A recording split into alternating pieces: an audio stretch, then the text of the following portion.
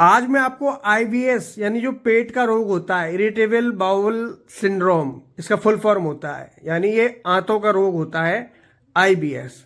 और जिनको है ना भाई साहब, वो परेशान है कब्ज, गैस या फिर दस्त से बहुत ज्यादा। जैसा उन्होंने कुछ खाया तो उनको ऐसा लगता है कि पोटी आ रही है तुरंत। ये उनकी आदत बन चुकी है। पतला पतला दस्त आता है। जो नेचुरल, जो हमारा जो शरीर जिस भोजन को पचाता है और पूरी तरह से पेट को साफ करता है, तो उनका पूरी तरह पेट साफ नहीं हो पाता है। उनको भोजन ऐसा लगता है कि ऊपर ही रखा हुआ है। तो ऐसे लोगों को आंतों का ये रोग माना जाता है। आंतों की जो बाउल मूवमेंट होती है, कभी कोई भोजन आप करते हैं, जब जैसे वो छोटी आंत में जाता है तो छोटी आंत उस भोजन को पचा पचा के आगे पुश करती रहती है, यानी बाउल होती रहती है वो चीज़, और धीरे धीरे वो बड़ी आंत में होके सीधा निकल जाता है। लेकिन जो ये बाउल मूवमेंट होती है, इस पर फर्क पड़ता है।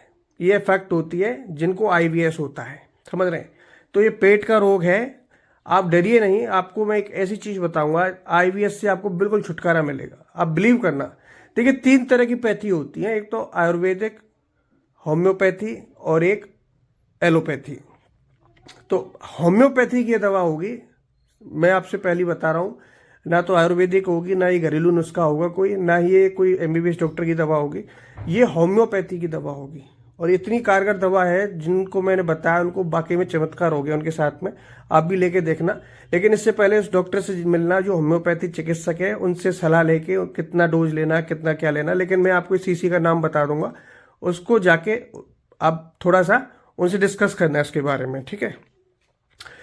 तो ये नक्स भौमिका 30CH नाम से, ये आप स्क्रीन पर देख सकते हैं, ये दवा आती है। इस दवा को बूंद के हिसाब से लेना पड़ता है, मतलब हाथों को टच नहीं करना है दवा से। सीसी को तो पकड़ सकते हैं, लेकिन दवा हाथों में नहीं लगनी चाहिए, डायरेक्ट मुंह से ली जाती है। तो ये 2 बूंद सुबह, 2 दोपहर, 2 शाम, इस प्रकार बताते हैं डॉक्टर। लेकिन आपको पहले उनसे पूछना, अच्छे से सलाह मशवरा लेना उनसे, ठीक है। अगर आपको बाकी में आईबीएस की प्रॉब्लम है तो इससे आपको बहुत जल्दी आईबीएस में रिलैक्स मिलेगा। आंतों की बाउल मूवमेंट अच्छी होगी, सुधरेगी, जिससे कि आपका भोजन अच्छे से पचेगा। ध्यान रखिए, कब्ज, गैस से आपको छुटकारा मिलेगा। बार बार में डायरिया या दस्त को आपको प्रॉब्लम है, इससे आपको छुटकारा मिलेगा। तो इसमें देखिए, सबसे बड़ी बात है कि जो सबसे ज्यादा अफेक्ट करता है आपका खान पान। देखिए, आप भोजन जो कर रहे हैं, वो भोजन अघुलनशील फाइबर वाला नहीं होना चाहिए। मेरी बात को ध्यान से सुने, अघुलनशील फाइबर, एक गूगल पे जाइए, सर्च कीजिए कि घुलनशील फाइबर वाली कौन कौन सी चीजें होती हैं और अघुलनशील वाली फाइबर वाली कौन कौन सी चीजें होती हैं। जो लिस्ट अघुलनशील फाइबर वाली आएगी, उस लिस्ट में जितनी भी चीजें होंगी वो आपको खाना बिल्कुल बंद करनी पड़ेंगी। और जो घुलनशील फाइबर वाली चीजें वो आप खा सकते हैं, यानी जो फाइबर आपके पेट में घुल जाएगा हाथों हाथ, वो तुरंत आपका पचेगा भी। और जितना हल्का भोजन आप कर सकते हैं, इस दौरान आपको कोई भी रिफाइंड मैदा, मीठा, आर्टिफिशियल स्वीटनर जो आते हैं, मतलब इन चीज़ों से बिल्कुल परहेज करना पड़ेगा, नहीं तो बहुत बड़ा चक्कर पड़ जाएगा। आंतों का कैंसर भी आपको हो सकता है, ध्यान रखना। तो ये चीज़ें ना हो तो आपको पहले अपना खाना पीना बिल्कुल हल्का करना पड़ेगा, लाइट भोजन एकदम से, जैसे हल्का दलिया खा लिया, दाल खा ली, मतलब इस टाइप का आपको भोजन लेना पड़ेगा, ठीक है। ज़्यादा आपको हैवी भोजन नहीं करना है, बिल्कुल जो हैवी होता है वो नहीं करना है।